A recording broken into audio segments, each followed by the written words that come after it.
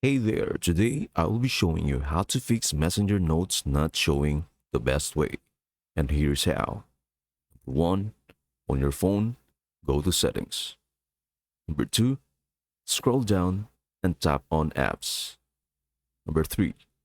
In Apps, look for the Messenger application. Number 4.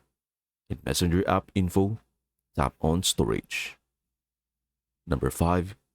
You can choose to clear cache or data. After you have done that, go back to the Messenger app info. Number 6. Scroll up and tap on Permissions. You have to allow all permissions in order for the Messenger app to work well. Number 7. Once you have done that, you can now restart your phone. Number 8. After restarting, go to Google Play Store and install Messenger again. I hope this helps. Thank you for watching, and we will see you in the next video.